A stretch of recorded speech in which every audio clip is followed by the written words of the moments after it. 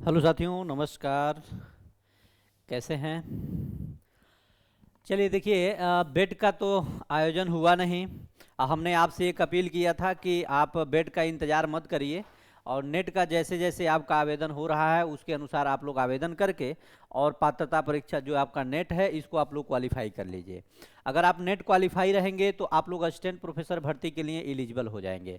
और इसका मैंने लगातार दो तीन वीडियो के अंत में जब नेट का आवेदन लास्ट डेट था, एक दिन बढ़ा, तभी मैंने आपसे अपील किया कि बेड का स्लेट का इंतजार बिल्कुल मत करिए। आप लोगों के सामने एक अपॉर्चुनिटी है। आपको पता है कि कल ही इसका आदेश दिया गया कि 1 जुलाई से ये सभी महाविद्यालयों में पढ़ाई शुरू हो रही है। तो हो सकता है कि 1 जुलाई से महाविद्यालयों में पठन पाठन का कार्य शुरू हो रहा है 211 प्रखंडों में। तो हो सकता है कि बहाली को भी बीच बीच में निकाला जा सकता है, क्योंकि इस पे कमेटी गठन करने का आदेश भी दे दिया गया सीएम सम्राट चौधरी जी के द्वारा। तो लगातार इस पे पहल हो रहा है। उच्च शिक्षा विभाग में तो इसका फंडिंग भी हो गया है। आपको मैंने बताया था कि फंड भी इसको मिल गया है कि जल्द से जल्द इस पे बहाली करा ली जाए, जल्द से जल्द इसका कार्यक्रम आगे बढ़ाया जाए। जितने भी वैकेंसी है, लगभग 10,000 के आसपास वैकेंसी इसमें थी, उसको लेकिन मैंने आपसे बार बार इस चीज़ का अपील किया है कि बेड का इंतजार मत करिएगा और नेट का आवेदन जरूर कर दीजिएगा। आज जो इसमें निकल करके आया है, एक आप लोगों के लिए अच्छी बात है। यहाँ पे मैंने बार बार जिक्र भी किया, 211 प्रखंडों की डिग्री कॉलेजों में आप लोगों का जो है ये डिग्री कॉलेजों में पढ़ाई 1 जुलाई से शुरू हो रहा है। बिहार के कॉलेज का 10 शीर्ष विश्वविद्यालय से होगा करार। यानी अब इसके अनुसार एक चीज ध्यान दीजिएगा, यहाँ पे एक चीज बात कही गई है कि जो भी चीजें हैं 1 जुलाई से उन 211 प्रखंडों में स्नातक की पढ़ाई शुरू कराएं। जहां पूर्व से डिग्री कॉलेज नहीं है, ऐसे प्रखंडों में नए महाविद्यालय की स्थापना की जा रही है। उनमें शिक्षकों और कर्मियों की नियुक्ति की कमेटी का शीघ्र गठन कर वैकेंसी को समेकित करें, सम्राट चौधरी सीएम। मैंने आपसे इस चीज को जिक्र किया था कि इस पे उच्च शिक्षा विभाग में लगातार एक एक चीज को लेकर के पहल हो रहा है।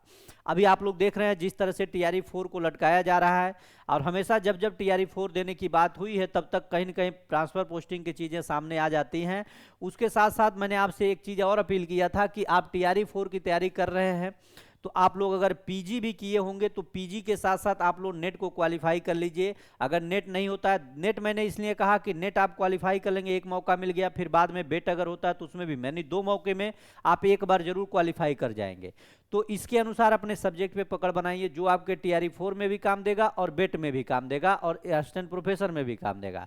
तो इसके अनुसार इसके साथ साथ आप लोग अपनी पढ़ाई को और भी क्षेत्रों में बांटें, ताकि जो समय आपका बच रहा है, जितना सरकार लेट कर रही है, और जो भी वैकेंसी आ रही है, जय बीएसएससी की जो वैकेंसी अच्छे अच्छे पोस्ट हैं, सचिव वगैरह के पोस्ट हैं, इसमें अगर आप लोग राजस्व विभाग के 8,000 की 54 वैकेंसी है, इसमें आप लोग आवेदन कर दीजिएगा जैसे पोर्टल ओपन होगा। क्योंकि आपको पता है 2022 से केवल आवेदन हो रहा है, लेकिन जब पेपर होना शुरू होगा तो लगातार पेपर होगा।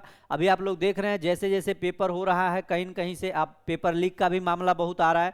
तो इससे हम दिमाग में जो है ना तरह तरह की उलझनें उत्पन्न हो रही हैं कि ये मानसिक पीड़ा जो बन रहा है कि आखिर में हम लोग कैसे क्या करेंगे, उसको लेकर के कई सेक्टरों में आप लोग उतरना शुरू करिए। टीआरई 4 की जहां तक की बात है, ये अब जुलाई का जो हवाला दिया जा रहा है कि जुलाई में ही वैकेंसी आएगी। शिक्षा मंत्री जी अब टीआरई 4 के नाम से एकदम भड़क जा रहे हैं, कोई चर्चा नहीं करना चाह रहा है। लेकिन एक चीज और मैंने आपको बता दूं कि मैं कुछ जानकारी मैं इकट्ठा कर रहा हूं, शाम तक मैं आपको टीआरई 4 के बारे में बताऊंगा कि आखिर में इसमें विलंब क्यों हो रहा है, क्या देरी हो रही है, क्या जो वैकेंसी पहले से जो शिक्षा विभाग के द्वारा जो भेज दी गई है रिक्तियां, उस पे ये क्या हो रहा है क्या नहीं, इसके अनुसार मैं आप लोगों से जुड़ूंगा, बात करूं। लेकिन असिस्टेंट प्रोफेसर की तैयारी आप लोग करते रहिए। मुझे तो लगता है टीआरई 4 से पहले प्रक्रिया ये शुरू होगी, इतना जरूर ध्यान, क्योंकि पेपर में उसमें भी विलंब होगा, इसको भी लेकर के। लेकिन असिस्टेंट प्रोफेसर बहाली से पहले एक बार बेट का भी आयोजन होना है, और बेट को लेकर के कोई प्रक्रिया अभी तक नहीं बनी है।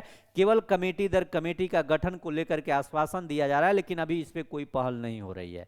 तो आप लोग पढ़ाई करिए, पढ़ाई ही आपकी सबसे महत्वपूर्ण है। बहुत से विद्यार्थी तो पढ़ाई भी छोड़ चुके हैं इसी सारी चीज़ों को लेकर के कि टीआरई आएगा, असिस्टेंट प्रोफेसर होगा नहीं होगा, लाइब्रेरियन की बहाली होगी, कंप्यूटर शिक्षक की बहाली होगी कि नहीं होगी, ये सारा का सारा खेल अभी भी गर्त में जाता हुआ दिख रहा है। तो आप लोग थोड़ा धैर्य रखें और पढ़ाई कई क्षेत्रों में करें, जो सामान्यतः जो एक सिलेबस को फॉलो करता है उसके साथ साथ आप लोग पढ़ाई करिए, ठीक है। बाकी मैं आप लोगों से जुड़ूंगा, और एक बार आप कमेंट जरूर करिएगा जो भी साथी होंगे मैं इस असिस्टेंट प्रोफेसर के वीडियो के माध्यम से आप लोगों से जुड़ा हूं, लेकिन अगर जो साथी इसमें शिक्षक बनने के रेस में होंगे, अगर आप लोग यूपी टेट का आवेदन किए होंगे तो आप लोग कमेंट जरूर करिएगा। मैं टेट की क्लास आप लोगों को दूंगा, जिसमें मैथ तो नहीं लेकिन बाकी सभी सब्जेक्टों का क्लास मैं आपको दूंगा, क्योंकि मैं टेट को खुद क्वालिफाई किया हूं 124 नंबर ला करके। तो मैं आपको और बेहतर में पढ़ाने का प्रयास करूंगा, ताकि आप कम समय में अच्छी अंकों से वहां भी पास हो सकें, क्योंकि 2027 का विधानसभा चुनाव है। अब वहां पे वैकेंसी शिक्षकों की आएगी। तो मैं जरूर चाहता हूं कि आप लोग जरूर एक बार कमेंट जरूर करिएगा। बाकी असिस्टेंट प्रोफेसर की बहाली का क्या आपका राय है, आप लोग कमेंट जरूर करिएगा।